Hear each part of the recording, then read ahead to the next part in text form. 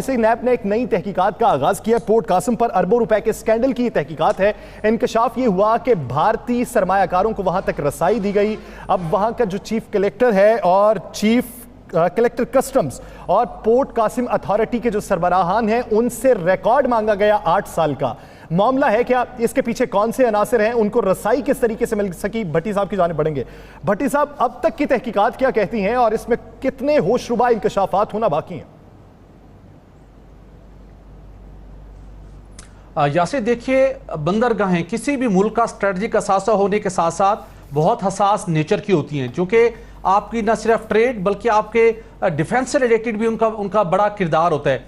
Port Qasim Pakistan की हसास और strategic location है। यहाँ पर पता चला कि यहाँ पर एक प्राइवेट टर्मिनल है जिसका नाम QICT है। यहाँ पर इंतहाई खामोशी के साथ DP वर्ल्ड कंपनी के जरिए से 2 भारतीय शहरियों को रसाई दे दी गई बोर्ड ऑफ डायरेक्टर में शामिल करके। दस्तावेज के मुताबिक एक डायरेक्टर का नाम रिजवान सुल्तान अली सुमर, जिन्हें चेयरमैन बोर्ड बना दिया गया, और दूसरे का नाम दीवान मनकोडी, इन्हें लाया गया। इन दोनों शख्सियात का बैकग्राउंड सुन लीजिए। एक साहब जो पहले ये हैं रिजवान सुल्तान अली सुमर, ये भारत में APM टर्मिनल्स के अंदर इन्वेस्टमेंट्स के हेड रह चुके हैं। वहां पर भारत के इलाके गुजरात में एक पोर्ट के डायरेक्टर रह चुके थे, और इसके साथ एक मार्क्स लाइन इंडिया में इन्होंने खिदमत सर अंजाम दी। दूसरे दीवान मनकोडी जो हैं वो इंटरनेशनल कंटेनर नोवा इंटरनेशनल कंटेनर इंडिया के अंदर काम किया। रिकॉग्नाइज्ड भारतीय, इनको एक्सेस दी गई, इन्होंने अपनी जिम्मेदारियां संभाली। मामला SCCP तक पहुंचा कि इनके अप्रूवल दें। SCCP ने सिक्योरिटी क्लियरेंस के लिए वजारत दाखिला से रजू किया। वजारत दाखिला ने इनको रिजेक्ट कर दिया कि इनकी सिक्योरिटी क्लियरेंस नहीं हो सकती। इनको तब्दील किया गया। उसके बाद आज भी जो इस कंपनी को बैक एंड से एक बैरून मुल्क से कंपनी ऑपरेट कर रही है, वहां पर भी भारतीय शहरी बदस्तूर मौजूद हैं। ये शिकायत मसूल हुई थी चेयरमैन नैब को, जिन्होंने ये मामला रेफर किया था नैब कराची के हवाले।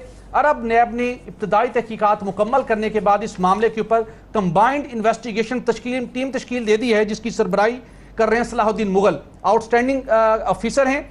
अब इसने एक खत लिखा है चेयरमैन पोर्ट कासिम को और उसके साथ चीफ कस्टम्स कलेक्टर को।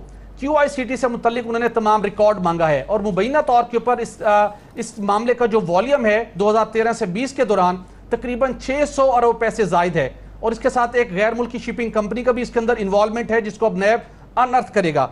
अब नैब ने इनसे रिकॉर्ड क्या मांगा है, चूंकि बड़ी कंसर्न हुए हैं न सिर्फ रेवेन्यू के हवाले से बल्कि किस तरीके के साथ इस कंपनी के अंदर भारतीय शहरियों को रसाई दी गई, जिनका आज भी बैरून मुल्क बैठकर पाकिस्तान में जब उनका प्लान नाकाम हुआ तो अब बैरून मुल्क बैठ के वो ऑपरेट कर रहे हैं, और पाकिस्तान के अंदर हसास डेटे तक उनको रसाई आज भी हासिल है। तो उसकी अब तहकीकात करेंगी, और नैब ने जो DP वर्ल्ड कंपनी के साथ QICT का ताल्लुक है उससे मुतल्लिक भी चेयरमैन पोर्ट कासिम अथॉरिटी से उन्होंने तमाम रिकॉर्ड मांगा है। अब तक नोटिस कितने अफराद को भेजेगा? रिकॉर्ड भी मांगा गया है। देखिए, जो चेयरमैन पोर्ट कासिम अथॉरिटी है उन्हें नोटिस भेजा गया है। चीफ कस्टम कलेक्टर को भेज के मेजर मालूमात जो हैं वो उनसे सारी तलब की गई हैं कि बैरून मुल्क कंपनी ने अब तक कितना मुनाफा मुंतकिल किया है, चाहे वो प्रीमियम के शक्ल में हो। सिंध रेवेन्यू बोर्ड को GST की मद में जितनी रकूम जमा करवाई गई हैं, जितना इसने काम किया है उसकी रिकॉर्ड मांगा गया है। जिन्होंने स्कैनर्स इंपोर्ट किए, जो उन्होंने गिफ्ट किए, उसका रिकॉर्ड मांगा गया। और उसके बाद कस्टम्स हकाम को यहाँ पर अपने पोर्ट टर्मिनल 1 और 2 के ऊपर कुछ रिहाइशें दी गई थी, उसका रिकॉर्ड मांगा गया कि उनको क्यों फैसिलिटेट किया गया। इसके साथ साथ ऑडिट रिपोर्ट्स मांगी गई हैं, और अब तक कोई शोकाज नोटिस हुआ QICT को और उसके साथ कोई मजीद कार्रवाई हुई, उसका सारा रिकॉर्ड भी नैब की टीम ने तलब किया है। अब कंबाइंड इन्वेस्टिगेशन की टीम इस सारे मामले को देख रही है कि 2013 से लेकर 2020 के दौरान इस निजी कंपनी के भी तकरीबन 30 से 35 अफसरान हैं, उनका रिकॉर्ड इसके साथ मुंसलिक है।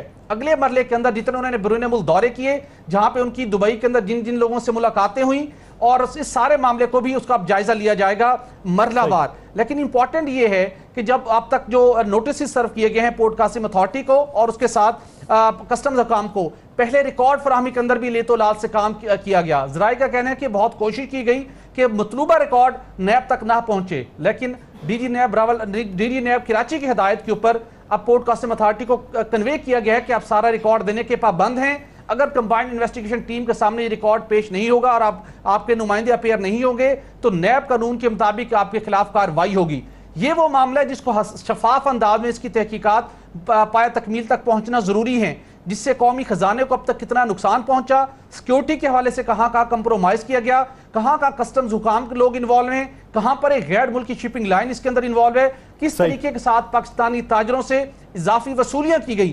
تو یہ سارا معاملہ اب آئے گا نیب کے سامنے، تو جس سے میرے خیال میں جو ہماری معاشرت کے اوپر تاجروں کو مشکلات کا سامنا کرنا پڑتا ہے امپورٹ ایکسپورٹ سٹیج کے اوپر، وہ معاملہ بھی آنے والے دنوں میں اس سے ریزالو ہوگا. اور ایک وقت میں کراچی چیمبر آف کامرس کے انڈسٹری کے صدر نے بھی پرائم منسٹر کو، چیئرمین FBR کو لکھا تھا کہ اس معاملے کی تحقیقات ہونی چاہیے، لیکن اب بالآخر اب جا کے وہ معاملے کی تحقیقات ہونا شروع ہو چکی ہیں، شفاف طریقہ کار کے ذریعے اس کی تحقیقات ہوں اور یہ معاملہ پایہ تکمیل تک پہنچے.